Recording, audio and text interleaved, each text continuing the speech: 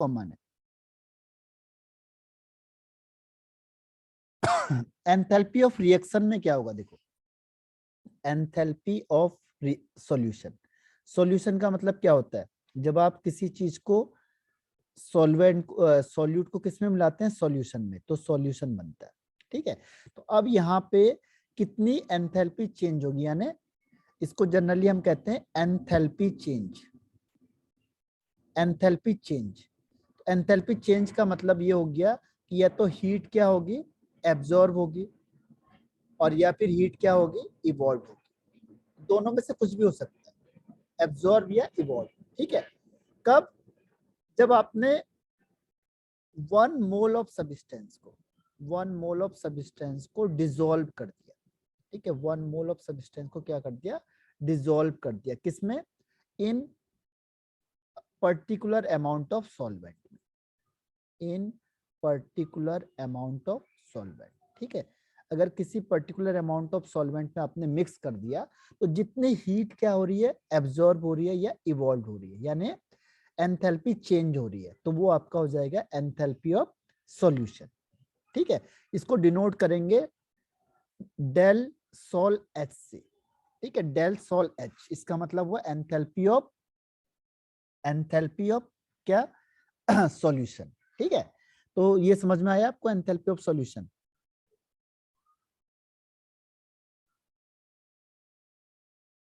Yes sir. ठीक है, जैसे एग्जांपल के लिए मैंने कहा KCl ले लिया, एग्जांपल ले लिया मैंने KCl, तो KCl सॉलिड है, आपने इसमें पानी मिला दिया, पानी कितना भी अमाउंट में मिला सकते हो आप, तो ये बन जाएगा HCl एक्वस। तो यहाँ पे जो हीट निकलेगी या हीट रिक्वायर्ड होगी, वो क्या है आपका, वो है आपका एंथैल्पी ऑफ सॉल्यूशन।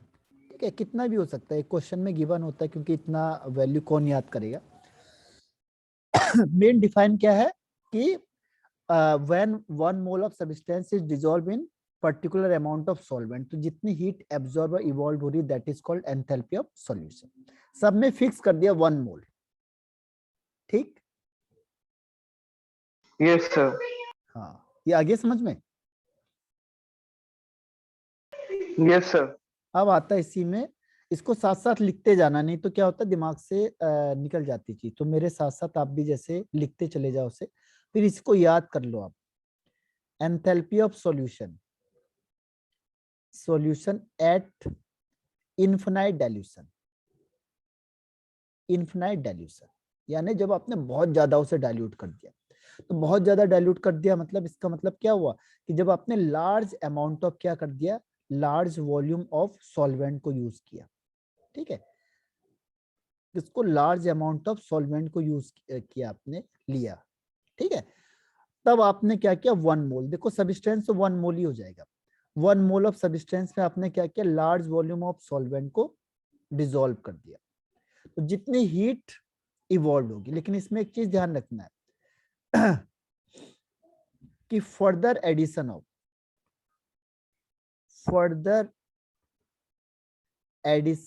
सॉल्वेंट, अगर आपने उसके आगे कोई भी सॉल्वेंट को डाला, तो उससे क्या होगा, डज नॉट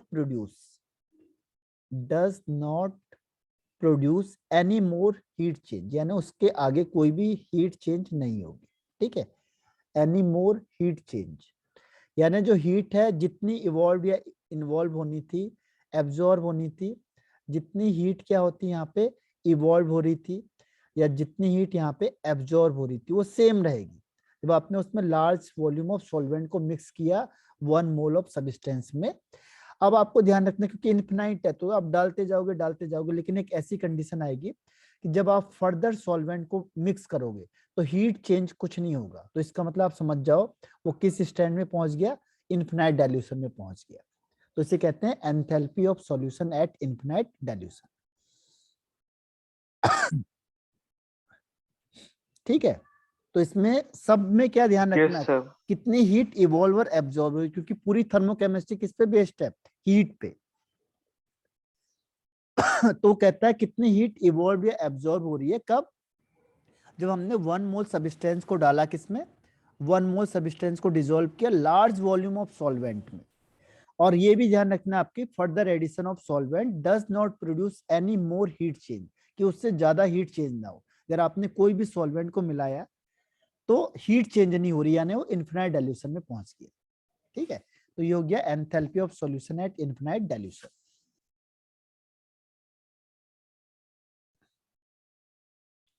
ओके सर। अब देखो इसके आगे आता है इसमें enthalpy of atomization. Enthalpy of atomization, enthalpy of atomization. Atomisation से मतलब आपको पता चल रहा है एटम में चेंज कर देना। ठीक है, एटोमाइजेशन का मतलब क्या हुआ, एटम्स में तोड़ देना है ना, ब्रेक डाउन कर देना। तो इसका मतलब क्या हुआ, जितनी हीट, अब जनरली इसमें हीट रिक्वायर्ड होती है, ठीक है, लेकिन फिर भी हम कह सकते हैं हीट चेंज। वैसे जब आप किसी चीज को तोड़ोगे तो क्या होगा, हीट रिक्वायर्ड हो जाएगी या हीट एब्जॉर्ब होगी।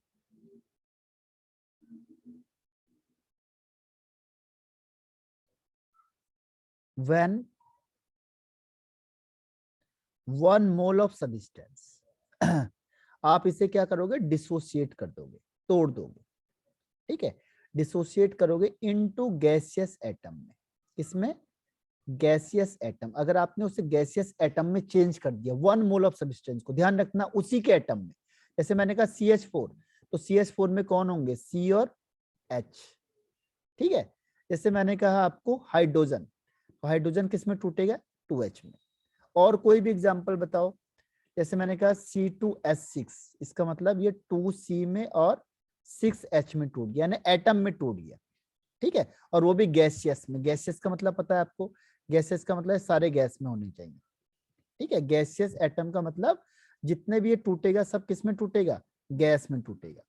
तो उस समय जो हीट एब्जॉर्ब होगी वो क्या हो गया, हीट ऑफ एटोमाइजेशन। तो इसको डिनोट करेंगे, देखो एटोमाइजेशन के लिए ए वर्ड आ जाएगा, तो यहां से आप समझ में आ जाएगा कि आपको क्या हो रहा है। बाकी सब कुछ सेम है, देखो ए फॉर एटोमाइजेशन। ठीक है, तो आपको समझ में आ जाएगा ये हीट ऑफ एटोमाइजेशन है। देखो CH4 में सपोज मैंने कहा कि हीट ऑफ एटोमाइजेशन है जो ये लग रहा है आपका 1665 किलो जूल पर मोल।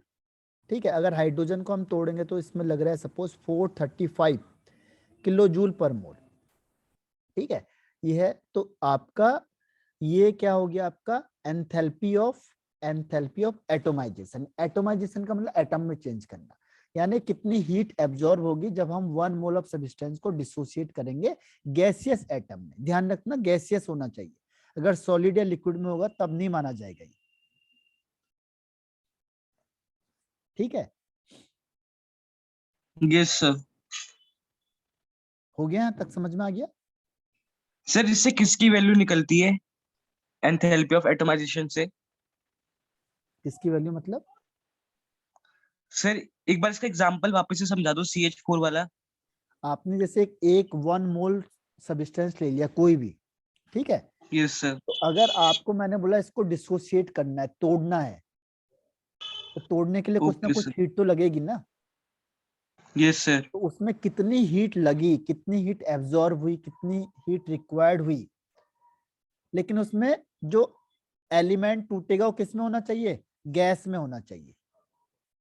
किस में टूटना चाहिए वो, गैस में। तो गैस में, उसमें ओके जितनी सर। हीट रिक्वायर्ड होगी, जितनी हीट क्या होगी, रिक्वायर्ड होगी, उसे कहेंगे enthalpy of atomization. Okay sir. हाँ, जैसे मैं आपके पास कुछ पत्थर ले आया, मैंने बोला इसको तोड़ना, तो आपको हीट लगानी पड़ेगी ना उसे और तोड़ने सर के लिए। इसकी हीट गिवन होगी ना? हाँ, यस सर। ठीक है, तो इसमें प्लस आएगा, ध्यान रखना डेल एच की वैल्यू किस में आएगी, प्लस में। प्लस में आएगी। हाँ, क्योंकि यहाँ पे हीट क्या होगी, जनरली एब्जॉर्ब होगी। ठीक है, तो सब में देखो एक ही चीज खास बात है कि 1 मोल ऑफ सब्सटेंस, एटोमाइजेशन का मतलब डिसोसिएट करना उसे गैसियस एटम में। अब आता है इसमें एटोमाइजेशन के बाद आता है एंथैल्पी ऑफ आयोनाइजेशन। इसे लिखते जाना है, फिर आपने क्या करना है, हेडिंग हेडिंग लिखनी है, फिर इसके बारे में क्या ओके बताया सर। उसे लिखना है अपने आप बिना देखे हुए। एंथैल्पी ऑफ आयोनाइजेशन, ठीक है, एंथैल्पी ऑफ आयोनाइजेशन में क्या करना है आपने, एंथैल्पी ऑफ आयोनाइजेशन, देखो आयोनाइजेशन का मतलब क्या हुआ, आयंस में टूटना, ब्रेक डाउन होना। ठीक है, आयोनाइजेशन का मतलब होता है आयंस में टूटना। लेकिन यहाँ पे भी देखो सब में सेम केस है, हीट कहीं पे क्या होगी, एब्जॉर्ब होगी, या फिर हीट क्या होगी, इवॉल्व होगी, क्योंकि सारा जो प्रोसेस है वो किसका, हीट का ही है। ठीक है, कब, when 1 mole of covalent compound, यहाँ पे एक चीज का ध्यान रखना, हमने कौन से कंपाउंड लेना है, कोवेलेंट कंपाउंड। जब आपने क्या किया, इसे कोवेलेंट कंपाउंड को किसमें डिसॉल्व कर दिया, वाटर में। ठीक है, डिसॉल्व करेंगे किसमें, वाटर में, तो ये क्या हो जाएगा, प्रोड्यूस करेगा आयंस को, क्योंकि आयोनाइजेशन का मतलब क्या हुआ, आयंस से। तो जैसे हमने इसको क्या किया, वाटर में डिसॉल्व किया, तो ये क्या प्रोड्यूस करेगा, आयंस को। ठीक है, अपने आयंस को ही प्रोड्यूस कर देगा। ठीक है, इट्स आयंस। तो इसमें जितनी हीट एब्जॉर्ब या इवॉल्व हुई वो क्या हो जाएगी, एंथैल्पी ऑफ आयोनाइजेशन। तो इसको डिनोट कैसे करेंगे, देखो डेल आयोनाइजेशन H, तो इसको डिनोट करेंगे डेल आयोनाइजेशन H से। आयोनाइजेशन का मतलब आयंस में तोड़ना, लेकिन किसको, कोवेलेंट कंपाउंड को। जैसे मैंने कहा HCl है गैस, आपने इसे वाटर में डाल दिया, एक्वस में। ठीक है, जैसे आप वाटर में डालोगे तो क्या होगा, ब्रेक डाउन हो जाएगा, H प्लस यानी आयंस में, Cl माइनस यानी एक्वस में, तो ये आयंस में टूट गया। ठीक है, तो यहाँ पे जितनी हीट इवॉल्व हो रही है या एब्जॉर्ब हो रही है, जैसे सपोज करो यहाँ पे जो हीट है वो इवॉल्व हो रही है, -75.2 किलो जूल पर मोल, तो ये आपका क्या हो जाएगा, हीट ऑफ आयोनाइजेशन। आयोनाइजेशन का मतलब आयंस में टूट रही है। ठीक है, तो एंथैल्पी ऑफ आयोनाइजेशन हो गया ये। ठीक, यस सर। हाँ।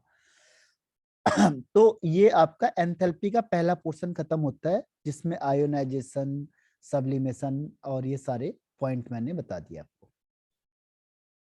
ठीक है, पहला स्टेप। अब एक है यस सर। आपका, ये लिख लिया आपने यहाँ तक,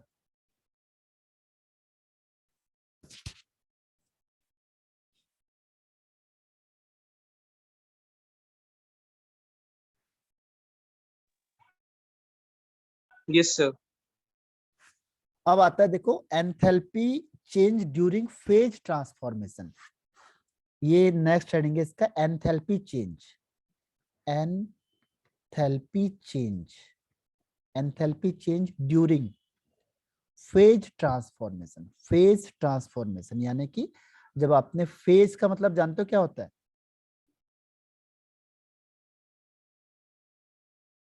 सर पर्टिकुलर स्टेप में।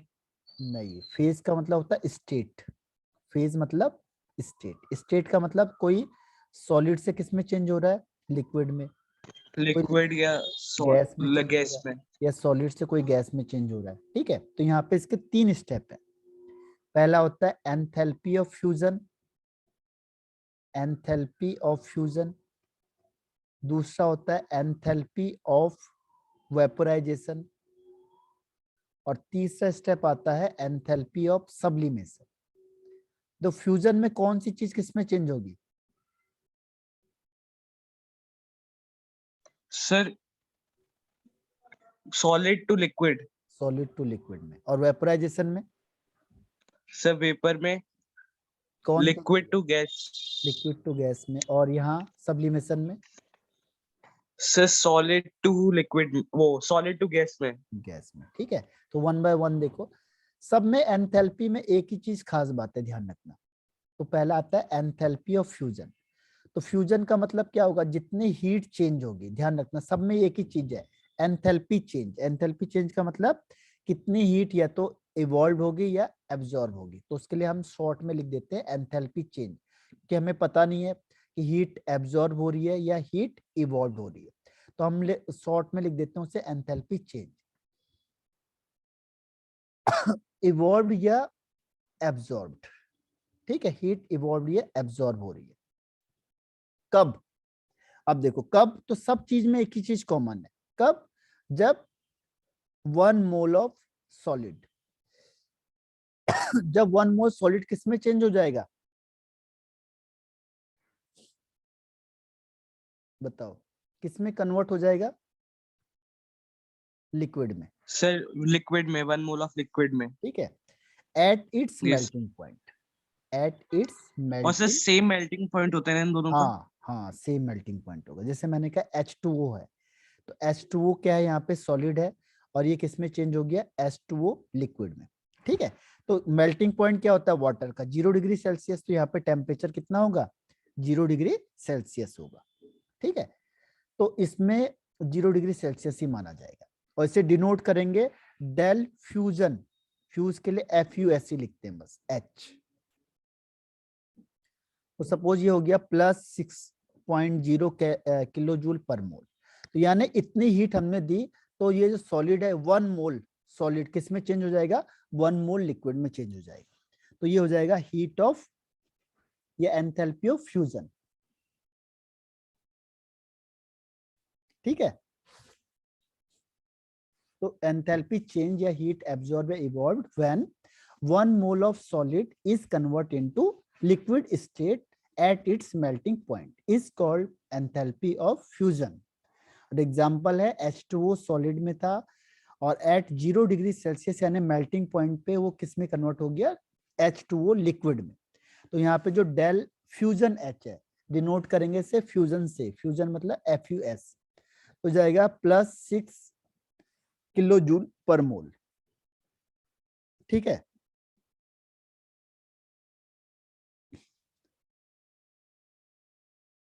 Okay sir. हाँ अब देखो इसका उल्टा क्या हो जाएगा, बताओ इसका रिवर्स क्या हो जाएगा। इसका रिवर्स हो जाता है, इसका उल्टे को हम कहते हैं एंथैल्पी ऑफ फ्रीजिंग। ठीक है, एंथैल्पी ऑफ फ्रीजिंग, फ्रीज का मतलब सॉलिड से उसमें चेंज करना या सॉलिडिफिकेशन, सॉलिडिफिकेशन इसमें उल्टा हो जाएगा। यानी जो लिक्विड है वो किस में चेंज हो जाएगा, सॉलिड में। तो यहाँ पे जो वैल्यू है देखो, वैल्यू तो सेम रहती है, वैल्यू क्या रहेगी, सेम रहेगी, लेकिन साइन चेंज हो जाता है। तो यहाँ पे साइन क्या हो जाएगा, माइनस का, -6.0 किलो जूल पर मोल। जब भी क्या करोगे आप रिएक्शन को उल्टा करोगे, रिवर्स करोगे, तो केवल साइन चेंज होता है लेकिन मैग्नीट्यूड सेम रहेगा। ठीक है, तो ये ध्यान रखना। तो इसे कहेंगे एंथैल्पी ऑफ फ्रीजिंग या सॉलिडिफिकेशन, यानी जब हम लिक्विड को सॉलिड में चेंज करेंगे तो सॉलिडिफिकेशन।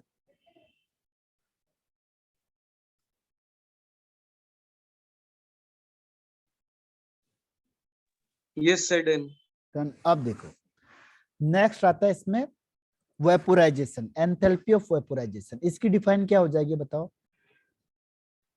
एंथैल्पी ऑफ वेपोराइजेशन में,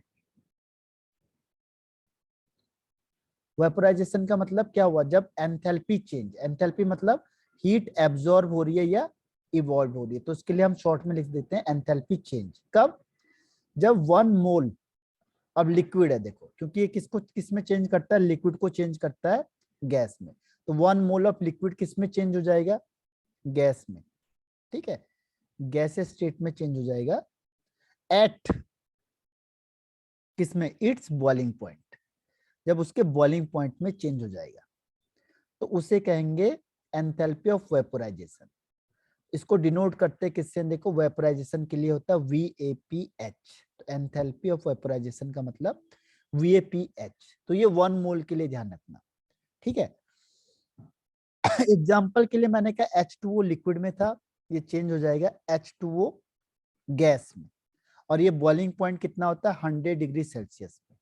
ठीक है, तो यहाँ पे अगर जितनी हीट लगेगी वो हो जाएगा वेपोराइजेशन ऑफ लिक्विड यानी वाटर। तो ये +40.7 किलो जूल पर मोल। ठीक है, तो ये आपका हो गया second enthalpy of vaporisation. Vaporisation का मतलब जितनी एंथैल्पी चेंज होगी, कब, when 1 mole of liquid is change into its gaseous state at its boiling point, that is called enthalpy of vaporization denoted by del VAPH। Example है इसका H2O water था और ये H2O वेपर्स में change हो गया, ये स्टीम में चेंज हो गया। ठीक है, तो इसमें जो हीट लग रही है सपोज वो कितनी है, 40.7 किलो जूल पर मोल। तो ये आपका हो गया। Okay sir. आया समझ में सेकंड वाला।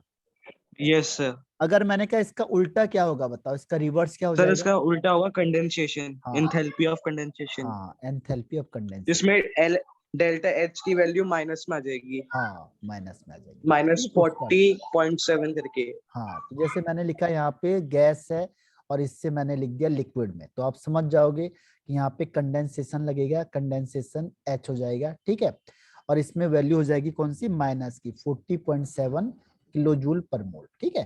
तो ये अंडरस्टूड होती है। अब ये 1 मोल के लिए ध्यान रखना, अगर वो कहता है 10 मोल के लिए बताओ तो आप 10 से मल्टीप्लाई कर दोगे, अगर वो कहेगा हाफ मोल के लिए बताओ तो आप हाफ से मल्टीप्लाई कर दोगे, ठीक है।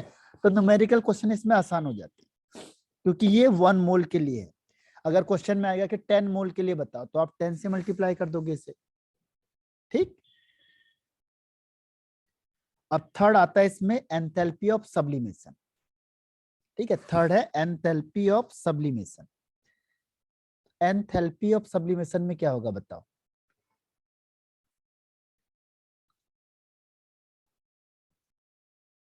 जितनी एंथैल्पी चेंज हो रही है यानी जितना हीट एब्जॉर्ब होगा या इवॉल्व होगा, ठीक है, तो उसे शॉर्ट में कहते हैं एंथैल्पी चेंज। कब, जब 1 मोल ऑफ सॉलिड को किसमें चेंज करेंगे, 1 मोल ऑफ सॉलिड को चेंज करेंगे हम डायरेक्टली इनटू गैसियस फेज, ठीक है, डायरेक्टली चेंज करेंगे किसमें, गैस में, ठीक है, 1 मोल ऑफ सॉलिड को डायरेक्टली चेंज करेंगे गैस में, ठीक है, और at below its boiling point, below its sorry melting point, ठीक है, मेल्टिंग पॉइंट के बिलो में अगर हम 1 मोल सॉलिड को चेंज करते हैं डायरेक्ट गैस में तो उसे कहते हैं एंथैल्पी ऑफ सब्लिमेशन।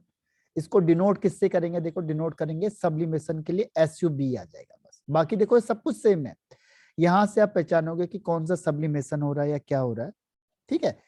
तो इसका एग्जांपल है, जैसे मैंने कहा आयोडीन ले लिया सॉलिड का, आयोडीन चेंज हो गया गैस में, ठीक है, तो यहाँ पे जो सब्लिमेशन है, सब्लिमेशन की वैल्यू सपोज आ गई है 62.39 किलो जूल पर मोल, ठीक है, किलो जूल पर मोल, तो ये हो गया आपका एंथैल्पी ऑफ सब्लिमेशन ऑफ ये आयोडीन, ठीक है, तो ये आपका, ये ध्यान रखना है आपको।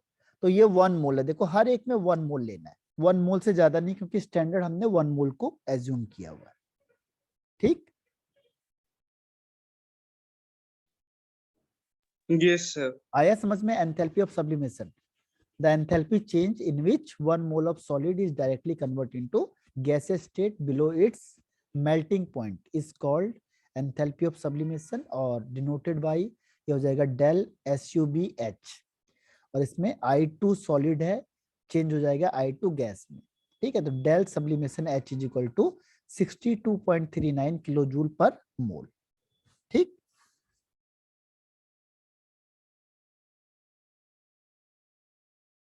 Yes sir. अब देखो यहाँ पे एक लॉ लगता है हैश लॉ। अब हैश लॉ लगने से क्या होगा, देखो हैश लॉ क्या कहता है, हैश लॉ आपको मैंने बताया था, जैसे मैंने कहा ये सॉलिड है ए, ठीक है, सॉलिड है और ए किसमें चेंज हो गया, डायरेक्ट गैस में चेंज हो गया, तो यहां से ये कौन सी एनर्जी लगेगी इसमें, सब्लिमेशन वाली, ठीक है। और एक है कि जब मैंने इसको किसमें चेंज किया, लिक्विड में चेंज किया, तो लिक्विड के लिए कौन सी एनर्जी लगेगी, सॉलिड टू लिक्विड के लिए फ्यूजन, ठीक, और लिक्विड टू गैस के लिए कौन सी एनर्जी लगेगी, वेपोराइजेशन, ठीक है। तो अब बताओ इसमें क्या रिलेशनशिप होगा वो क्या क्या कहता है हैश लॉ कि रिएक्शन चाहे 1 स्टेप में हो तो ये 1 स्टेप में हो गई, और चाहे नंबर ऑफ स्टेप में हो, इन दोनों का प्लस क्या होगा, सेम आएगा, तो इसका मतलब हो जाएगा del H fusion plus del vaporization H, ठीक है, ये है, कई बार ऐसे भी न्यूमेरिकल क्वेश्चन दे देता है आपको। Okay sir. तो सब्लिमेशन की वैल्यू देगा आपको और फ्यूजन की वैल्यू देगा और बोलेगा वेपोराइजेशन बताओ, ये वेपोराइजेशन और फ्यूजन देगा और सब्लिमेशन पूछ लेगा, तो ये ध्यान रखो, ये क्या होगा, हैश लॉ लगता है यहाँ पे कि जो आप डायरेक्ट स्टेप में करोगे या नंबर ऑफ स्टेप में करोगे दोनों का सम क्या आता है, सेम आता है, तो ये एंथैल्पी का आपका पूरा स्टेप क्या हुआ, फिनिश हो गया। Okay sir. हाँ, तो ये एंथैल्पी आपका फिनिश हुआ। अब आते हैं हम लोग एंट्रोपी और गिब्स फ्री एनर्जी, 2 पॉइंट है ना इसमें भी बचे हुए, ठीक। Yes, बस sir. छोटा सा ही तो चैप्टर है, ये खत्म हो गया। देखो एक दो घंटे भी आप ढंग से पढ़ जाओगे इसे तो ये खत्म हो जाएगा। इसके बाद आप इसके क्वेश्चन आंसर स्टार्ट कर दोगे। तो कल आप इसके सारे क्वेश्चन आंसर फिनिश कर दो, परसों स्टेट ऑफ मैटर के दोबारा कर दो। कल आप हाफ डे में इसे कंप्लीट करो, हाफ में स्टेट करो, फिर कल परसों में दोनों को एक साथ रिवीजन कर दो। Okay, sir. है ना? लेकिन थ्योरी पार्ट इसमें आनी चाहिए पहले। Okay, sir. Yes, sir. तो अब एंट्रोपी पे आते हैं हम। एंट्रोपी क्या होती है? देखो एंट्रोपी होती है, एंट्रोपी किसको मेजर करता है? Randomness. A measure of randomness या डिसऑर्डर। ठीक है, डिसऑर्डर या रैंडमनेस। ठीक है, किसको करेगा? रैंडमनेस या डिसऑर्डर को। रैंडमनेस या डिसऑर्डर को हम क्या करेंगे? मेजर करेंगे, तो उसे कहेंगे एंट्रोपी। इसको भी डिनोट करते हैं किससे? एस से, डिनोटेड बाय एस। ठीक है, डिनोटेड बाय एस। ये डिसऑर्डर को बताता है, कौन कितना डिसऑर्डर है। जैसे मैंने कहा बताओ सॉलिड, लिक्विड और गैस में से डिसऑर्डर किसमें ज्यादा है?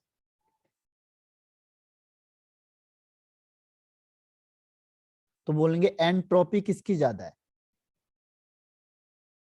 बताओ। तो एंट्रोपी किसकी ज्यादा होगी? गैस की, क्योंकि गैस के मॉलिक्यूल में रैंडमनेस सबसे ज्यादा है। फिर लिक्विड में, और सबसे कम रैंडमनेस किसमें है? सॉलिड में।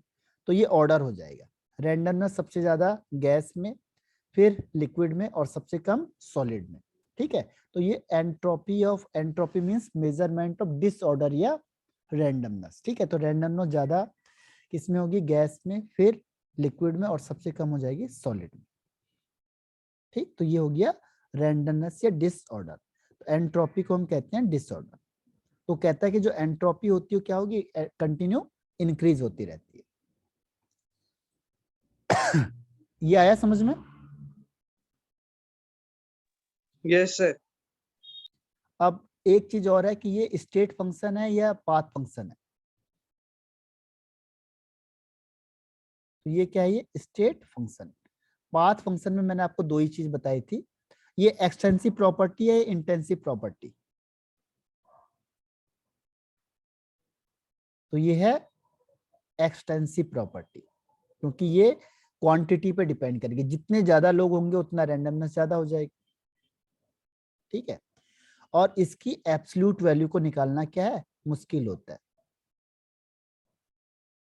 एब्सोल्यूट वैल्यू को निकालना क्या है? पॉसिबल नहीं होता, इम्पॉसिबल होता है। इसीलिए हम क्या करते हैं? इसे चेंज निकालते हैं। तो डेल एस चेंज क्या हो जाएगा?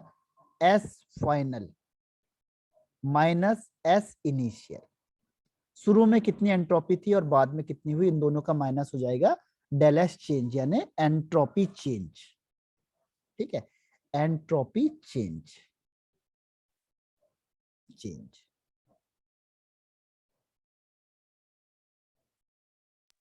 Yes, sir. Done. डन। अब इसके लिए एक फॉर्मूला आता है रिवर्सिबल के लिए, ध्यान रखना। अगर रिवर्सिबल रिएक्शन होगी तो del S is equal to होता है क्यू रिवर्सिबल अपॉन टी। ठीक है, और इसकी यूनिट क्या हो जाएगी? इसकी यूनिट हो जाती है, देखो हीट की यूनिट क्या होती है? जूल पर केल्विन या कैलोरी पर केल्विन। ठीक है, तो हीट की एनर्जी जूल भी हो सकती है, केल्विन भी हो सकती है, किलो जूल भी हो सकती है।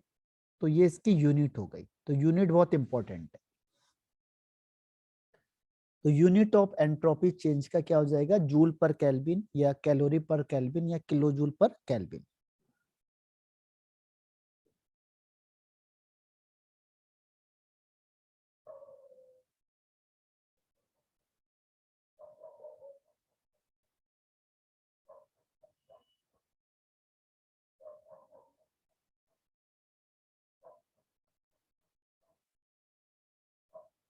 Yes, sir.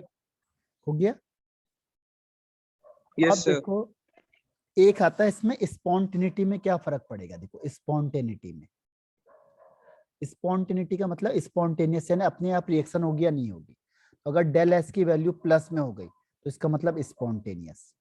ठीक है, अगर डेल एस की वैल्यू नेगेटिव में होगी यानी नॉन स्पॉन्टेनियस, डेल एस की वैल्यू 0 हो गई, 0 का मतलब होता है एट इक्विलिब्रियम, ठीक है, एट इक्विलिब्रियम, एट इक्विलिब्रियम,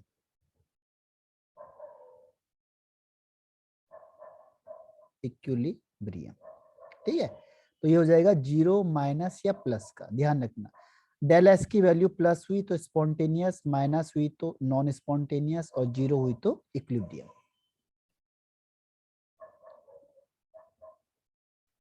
तो ये डेल एस कौन सा, ये है टोटल वाला, टोटल, टोटल एंड टोटल। क्योंकि डेल एस टोटल का मतलब क्या होता है, टोटल का मतलब होता है कि जो सिस्टम में होगा, सिस्टम में क्या रेंडमनेस है, प्लस जितना सराउंडिंग में, इन दोनों को प्लस करके देखा जाएगा, सिंगल एक का नहीं माना जाता, ध्यान रखना। तो डेल एस टोटल का मतलब होता है कि डेल एस सिस्टम का जितना होगा प्लस डेल एस सराउंडिंग का जितना होगा, तो इन दोनों का सम होता है आपका चेंज इन एंट्रोपी का।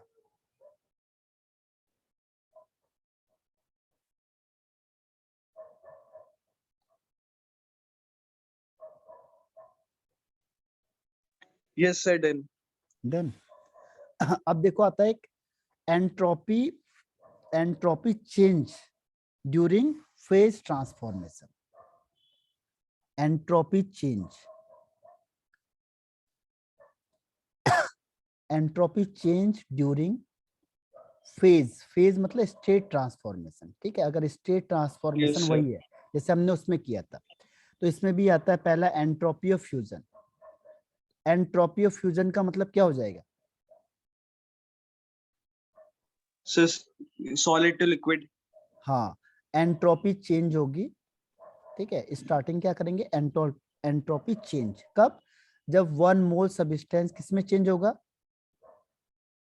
Sir, liquid में. लिक्विड में चेंज हो जाएगा, ठीक है। 1 मोल सॉलिड चेंज हो जाएगा लिक्विड में, ठीक है, एट्स मेल्टिंग पॉइंट में, तो उसे कहेंगे एंथैल्पी ऑफ फ्यूजन। डिनोट करते हैं इसको, डिनोट करेंगे इससे डेल फ्यूजन एस, और इसके लिए एक फॉर्मूला आ जाता है आपके पास, फॉर्मूला है डेल फ्यूजन एस का फॉर्मूला है, देखो ये हो जाएगा del fusion H upon T, ये ध्यान रखना, del fusion S upon T, ये हो गया एंट्रोपी ऑफ फ्यूजन। इसमें भी 3 होंगे फिर, एक होता है फ्यूजन, एक होता है वेपराइजेशन, ठीक है, और एक होता है सब्लिमेशन जैसे वो था, और सब में यही फॉर्मूला यूज होगा, सबके साथ सेम स्टेप है, जैसे आपने अभी फ्यूजन का लिखा वैसे किसका लिखेंगे, वेपराइजेशन का, और वैसे किसके लिखेंगे, सब्लिमेशन के लिए लिखेंगे। तो सब में सेम है, डिफाइन में सब कुछ सेम चलते रहेगी।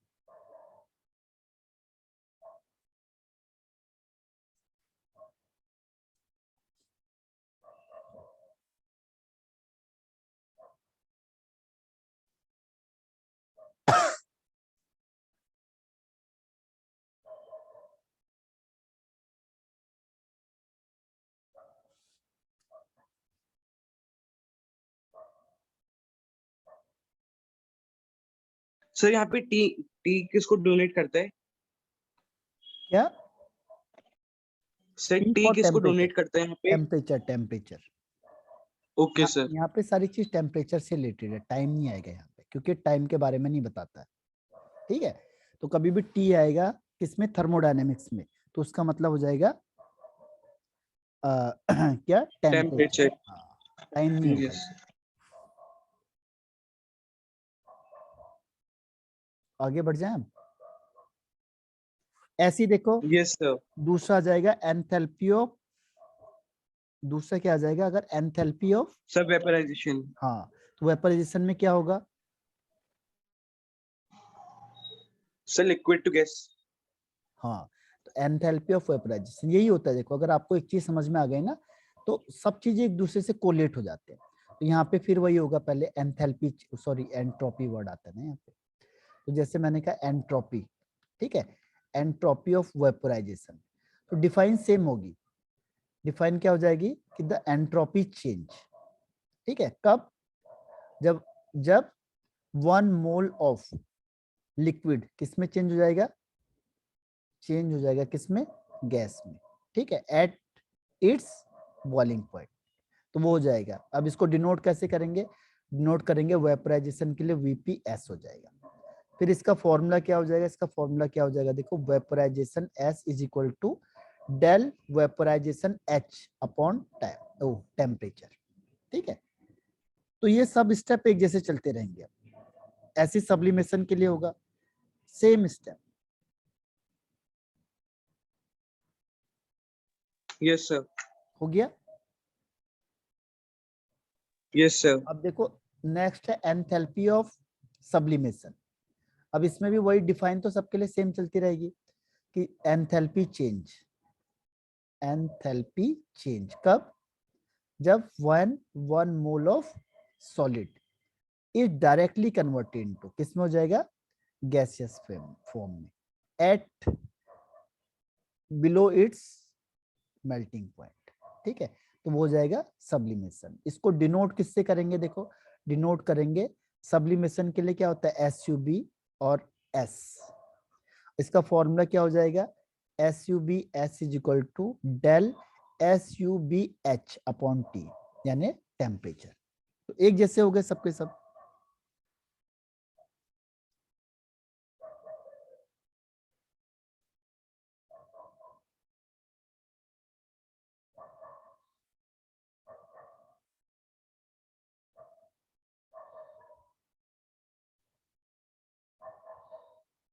ठीक है, यस सर, तो ये अभी टाइम तो खत्म हो रहा है, तो अभी एक टॉपिक बचा हुआ है, तो अभी रिज्वाइन करो।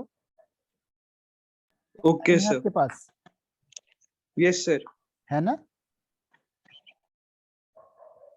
यस सर, तो अभी ज्वाइन कर लो फिर आप। तो गिफ्ट फ्री एनर्जी वाला आपको बता देता हूँ मैं, ठीक है, रिज्वाइन कर लो फिर। Okay sir. हाँ, रिज्वाइन कर लो।